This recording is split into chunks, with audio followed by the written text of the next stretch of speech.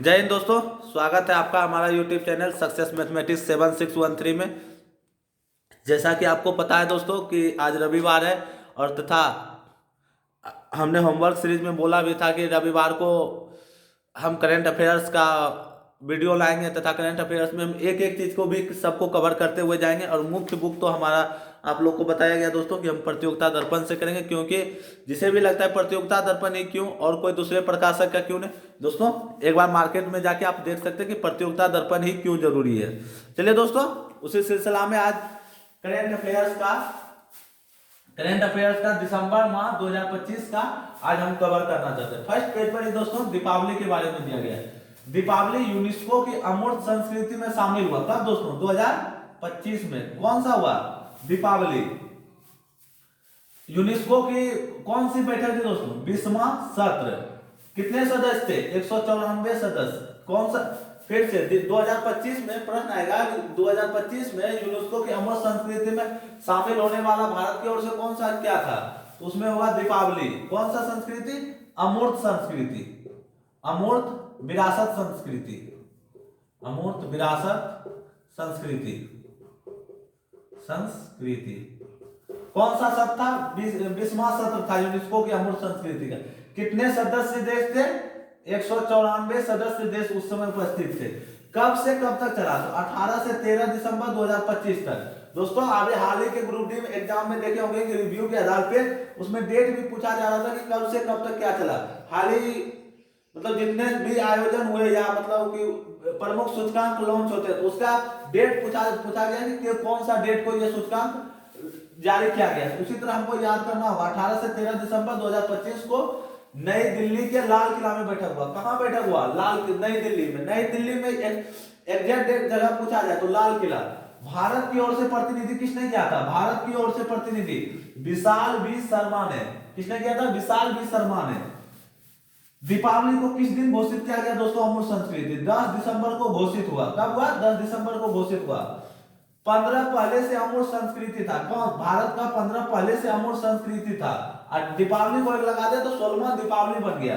15 पहले से। तो प्रथम कौन था दोस्तों? क्योंकि अगर स्टैटिक इसी में बनाना होगा तो पूछ लेगा कि प्रथम अमूर्त संस्कृति कौन सा था? तो वैदिक जप की परंपरा। ये दोस्तों हमें बहुत मुख्य चीज जानना पड़ेगा कि वैदिक जप की परंपरा क्या है। वैदिक जप की परंपरा वो है कि पहले गुरु एक आसन पे बैठे रहते थे और नीचे विद्यार्थी जो उनके शिष्य होते थे वो क्या करते थे कि नीचे बैठ के गुरु बोलते थे, फिर उसके बाद शिष्य बोलते थे। उसी तरह दोस्तों हम लोग को भी पढ़ना पड़ेगा वो परंपरा जो कि हमारी मुख्य परंपरा थी, जो कि 2008 में घोषित हुआ। दोस्तों अगर 2008 की बात करें तो 8 में ही जहां तक हमको याद है कि चंद्रयान प्रथम को लॉन्च किया गया था।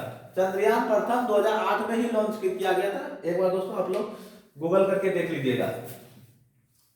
दीपावली फिर से एक बार पढ़ते हैं। दीपावली अमूर्त विरासत संस्कृति में घोषित कब हुआ? 10 दिसंबर को। बैठक कब हुआ? 8 से 13 दिसंबर 2025 को। कौन सा सत्र था? 20वां सत्र। कितने सदस्य देश? 194 सदस्य देश। भारत की ओर से नेतृत्व किसने किया था? विशाल बी शर्मा ने। 15 वर्तमान में भारत में कितने अमूर्त संस्कृति विरासत स्थल है? 16। प्रथम कौन है? वैदिक जप परंपरा। वैदिक जप की परंपरा, वैदिक जप की परंपरा कब घोषित हुआ था? 2008 में। एक बार इसी तरह दोस्तों आपको चार्ट के माध्यम से ही पढ़ना पड़ेगा। दीपावली अमूर्त विरासत संस्कृति लिख दीजिए, उसके लाइनिंग दीजिए, उसके बाद इसी तरह लिखना हो। ये पढ़ने का सबसे बेस्ट तरीका है दोस्तों।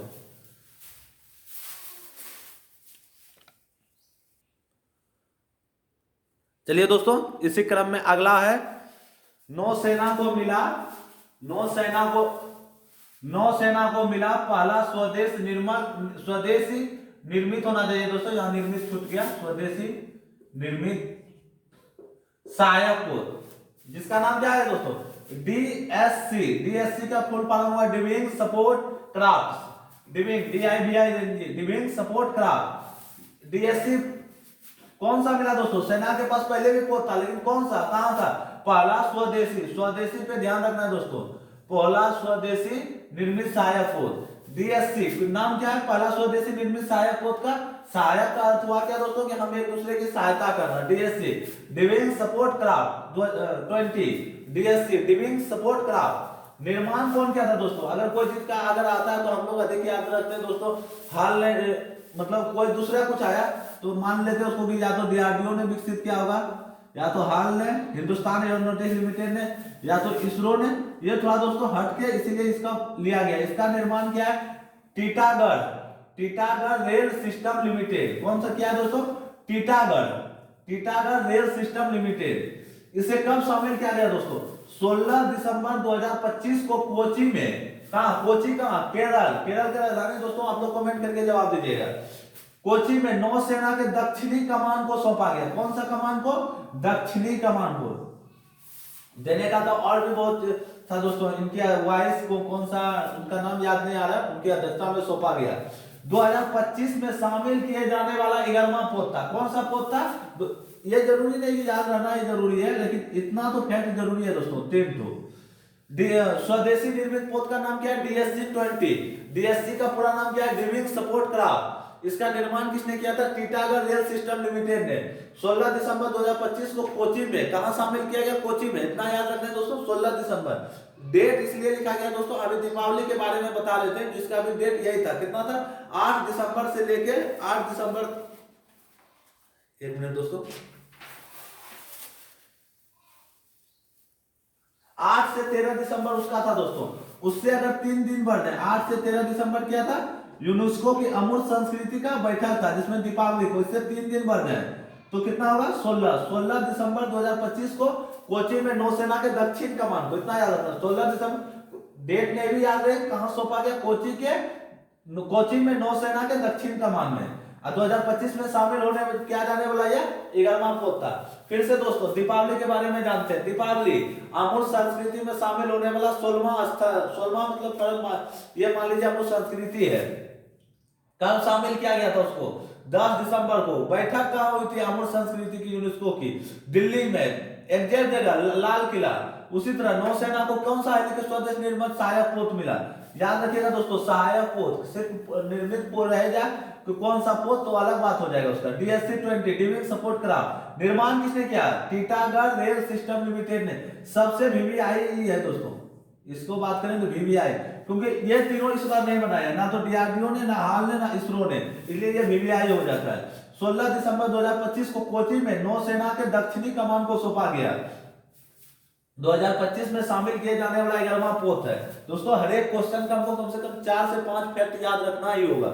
नहीं याद रहे, कम से कम एक बार पढ़ के आगे रिवाइज करते रहे।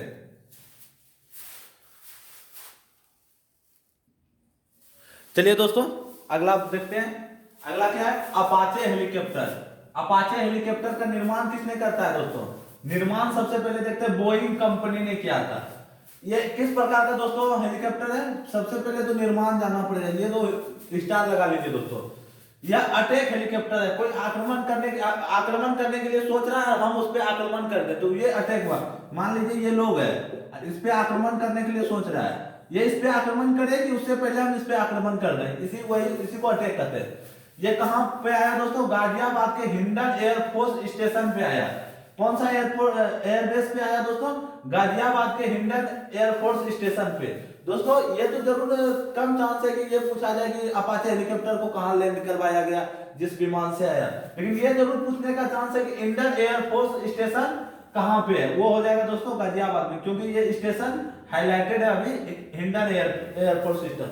हाल ही में दोस्तों जब नेपाल से भारत का विवाद हुआ तो काला पानी जो कि उत्तराखंड में है, काला पानी, इसके बारे में बताया गया था, न्यूज में छपा हुआ था कि काला पानी कोई लिपिया धुरा या कुछ इसी तरह जगह था, जिसको कि काला पानी के बारे में एग्जाम में पूछ लिया गया कि काला पानी जगह कहां है। ऑप्शन में दोस्तों उत्तराखंड में,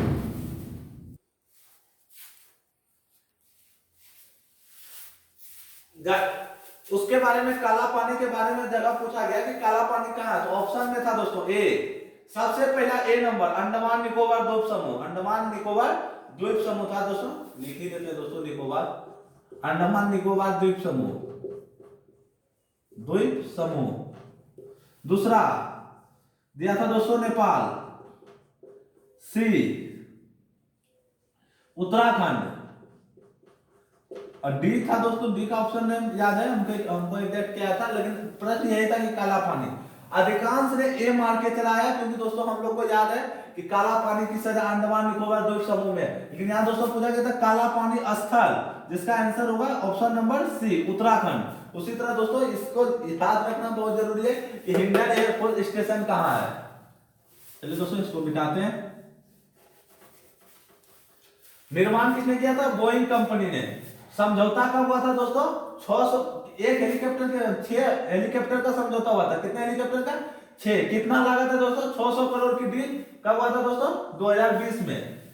मिलना था दोस्तों 2023 में ही, लेकिन किसी कारणवश 2023 में ना मिलके 2025 में मिला। एक बार में 3 मिला और दूसरी बार में 3 मिला, तो 3 3 6 हो गया। 6 हेलीकॉप्टर 600 करोड़, यानी प्रत्येक अपाचे हेलीकॉप्टर का करो दाम 100 करोड़ रुपया हुआ। इसीलिए तो दोस्तों अभी हाल ही में एक अमेरिकी कंपनी है एक्वा, इसी तरह नाम है एक्वा डेरियन, जो $5 ट्रिलियन की उसकी नेटवर्क मार्केटिंग हो गया सर, उसके अपना पूंजी हो गया दोस्तों, इतना महंगा रहने के कारण। 600 करोड़ का डील 2020 में हुआ। 6 हेलीकॉप्टर निर्माण की क्या? बोइंग कंपनी ने। कहां ले आया हुआ? गाजियाबाद के हिंडन एयरफोर्स स्टेशन पे। यह कैसा हेलीकॉप्टर है? यह एक प्रकार का अटैक हेलीकॉप्टर है। चलिए दोस्तों अगला देखते हैं। चलिए दोस्तों इसी कड़ी में फिर से आगे बढ़ते हैं। चर्चा में रहा परमवीर दीर्घा क्या है? चर्चा में रहा, ये क्वेश्चन आएगा दोस्तों, डायरेक्ट इसी तरह क्वेश्चन आएगा दोस्तों। अगर इसी प्रश्न को पूछना रहेगा तो पूछ लेगा या तो परमवीर दीर्घा, परमवीर दीर्घा क्या है दोस्तों? इसके बारे में कुछ जानते हैं। हमारा देश 1947 से पहले अंग्रेजों का गुलाम था, जिसमें कि उसकी राष्ट्रपति भवन में गैलरी में कहा, वहां ब्रिटिश काल के सैनिकों का फोटो लगा हुआ था। जैसे दोस्तों आज के समय में मोबाइल आ गया, उसमें क्या लिखा रहता है? गैलरी। तो उस समय मोबाइल में था दोस्तों, चित्र अंकित होता था, तो लगातार एक जगह ही चित्र अंकित, तो मान लीजिए ये घर है, इसमें यहाँ फोटो अंकित कर दिए, यहाँ फोटो अंकित कर दिए, मतलब चारों ओर फोटो अंकित कर दी, तो ये एक प्रकार से क्या हो गया? एक गैलरी हो गया। ब्रिटिश काल के सैनिकों का फोटो था पहले था। अब वहां वही फोटो में 21 परमवीर चक्र विजेता का चित्र अब लगाए गए। 21 परमवीर चक्र विजेता दोस्तों, परमवीर चक्र युद्धकालीन में, एक मिनट दोस्तों, परमवीर चक्र सैन्य विभाग का सर्वोच्च पुरस्कार है दोस्तों। अभी तक में भारत में अब तक, मतलब क्या, दिसंबर 2025 तक भारत में अब तक 21 परमवीर चक्र से सम्मानित किया गया। परमवीर चक्र सेना को सम्मानित किया गया दोस्तों। कितनी बड़ी बात है दोस्तों, जो शहीद होते हैं हमारे, कितने बड़े सम्मान की बात है कि उन्हें परमवीर चक्र गर्व की महसूस होनी चाहिए दोस्तों। हमें 21 परमवीर चक्र में जो शहीद हो गए उनको दिए, उनका सम्मान किए। ऐसे भी सम्मान दोस्तों शहीदों का हम लोग बहुत करते हैं, उसकी कमियों को तो नहीं पूरा कर सकते, लेकिन एक सम्मान के रूप में हम उसे व्यक्त करते हैं। उद्घाटन किसने किया था? परमवीर दीर्घा का राष्ट्रपति ने, महामहिम देश की राष्ट्रपति श्रीमती द्रौपदी मुर्मू ने कब किया था? 16 दिसंबर 2025 को। 16 दिसंबर को विजय दिवस के उपलक्ष्य में। कौन सा दिवस? विजय दिवस के उपलक्ष्य में हमने 16 परमवीर दीर्घा का उद्घाटन किया था दोस्तों। इसी दिन से, ये 1971 से विजय दिवस के उपलक्ष्य दोस्तों पाकिस्तानी सेना ने सरेंडर किया, और पूर्वी पाकिस्तान के नाम से जानने वाला देश, पूर्वी पाकिस्तान के नाम से जानने वाला देश अब बांग्लादेश के नाम से जाना जाता है दोस्तों। हाल ही बांग्लादेश से काफी विवाद रहा दोस्तों, तो इसलिए ये क्वेश्चन ज्यादा महत्वपूर्ण हो जाता है, क्योंकि उस 21 जो परमवीर चक्र अब तक दिया गया है दोस्तों, उसी का फोटो अंकित है, और कुछ जो विजय दिवस के उपलक्ष्य में ये परमवीर दीर्घा का उद्घाटन हुआ दोस्तों, उसी में हमारे देश के प्रधानमंत्री श्री नरेंद्र मोदी जी ने बोले थे कि अब हम गुलामी की मानसिकता से अलग हो गए, तथा ये एक गर्व की बात है। चलिए दोस्तों आगे बढ़ते हैं, जिसको भी थोड़ा नोट्स करना नोट्स कर सकते हैं।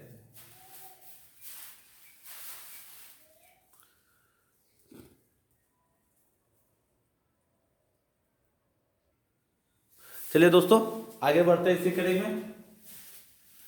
सबसे पहले देखते हैं कि नामों में परिवर्तन हुआ है दोस्तों, कुछ नाम भी परिवर्तन किए गए हैं। करेंट का तो एक ही है दोस्तों, लेकिन 2 है, और उसके बाद 2 एक्स्ट्रा जान लेंगे। प्रधानमंत्री के नए निर्माणाधीन कार्यालय का नाम क्या हुआ दोस्तों? प्रधानमंत्री के नए निर्माणाधीन कार्यालय का नाम सेवा तीर्थ। क्या नाम हुआ दोस्तों? सेवा तीर्थ। पहले इसका नाम क्या दिया गया था दोस्तों? इक्वेटिव एनक्लेव नाम दिया गया था। पहले क्या नाम दिया गया था? इक्वेटिव एनक्लेव नाम दिया गया था दोस्तों। अगर प्रश्न पूछ ले कि इक्वेटिव एनक्लेव का वर्तमान नाम क्या है, तो सेवा तीर्थ। प्रधानमंत्री कार्यालय जो निर्माणाधीन है उसका नाम क्या है दोस्तों? सेवा तीर्थ। सेवा तीर्थ 2 और सेवा तीर्थ 3 जानना जरूरी है दोस्तों। ये सेवा तीर्थ 2 कैबिनेट सचिवालय होगा दोस्तों, कैबिनेट सचिवालय का दफ्तर होगा। सेवा तीर्थ 3 राष्ट्रीय सुरक्षा सलाहकार। जानते हो दोस्तों आप लोग, राष्ट्रीय सुरक्षा सलाहकार हमारे अजीत डोभाल जी है, जो कि काफी चर्चा में रहते हैं, इसलिए ये दोनों काफी महत्वपूर्ण है। कैबिनेट की बैठक होती रहती है और राष्ट्रीय सुरक्षा सलाहकार के हाल ही में दोस्तों राज्यपाल आवास का नाम राजभवन से बदल के लोक भवन किया गया। राज्यपाल आवास का नाम बदल के क्या किया गया दोस्तों? लोक भवन। राजपथ का नाम परिवर्तन किया गया था दोस्तों, उसका नाम है कर्तव्य पथ, क्योंकि दोस्तों हर एक साल हम लोग कर्तव्य पथ के बारे में जान ही लेते हैं। और उसके बाद दोस्तों सेंट्रल सेक्रेटेरिएट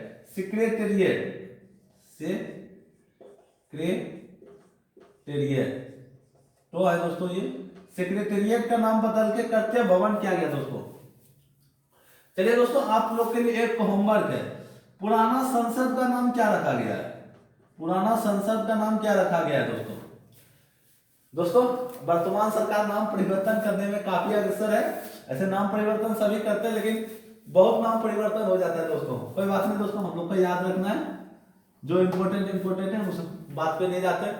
सेवा तीर्थ 2 का नाम कैबिनेट सचिवालय, सेवा तीर्थ 3 का नाम राष्ट्रीय सुरक्षा सलाहकार। पहले दोस्तों कैबिनेट होगा, मान लीजिए कि अगर हम कंफ्यूज हो जाए कि सेवा 2 का नाम या सेवा 3 का नाम था ये कैबिनेट सचिवालय, तो पहले देखिए दोस्तों आएगा क्या? 2 पहले क्या होगा? सरकार का गठन होगा। सरकार का गठन के बाद मंत्री बनेगा, एक कैबिनेट का निर्माण होगा, तभी ना सुरक्षा सलाहकार का नियुक्ति होगा। पहले राष्ट्र वो तो रहते हैं, मान लीजिए सरकार अभी मान लीजिए एनडीए की ही है, एनडीए का अभी यूपीए का सरकार आ जाए, अभी तो यूपीए नहीं तो इंडिया गठबंधन का सरकार आ जाए, इंडिया गठबंधन का। तो अभी अजीत डोभाल है राष्ट्रीय सुरक्षा सलाहकार, इनको हटा के मान लीजिए दूसरे को राष्ट्रीय सुरक्षा सलाहकार रख ले, तो वो क्या अलग हो जाएगा। तो पहले क्या बनेगा? कैबिनेट, उसके बाद राष्ट्रीय सुरक्षा सलाहकार। उसी तरह याद रखना है दोस्तों, हमको एक दूसरे से रिलेटिव करके याद रखना है।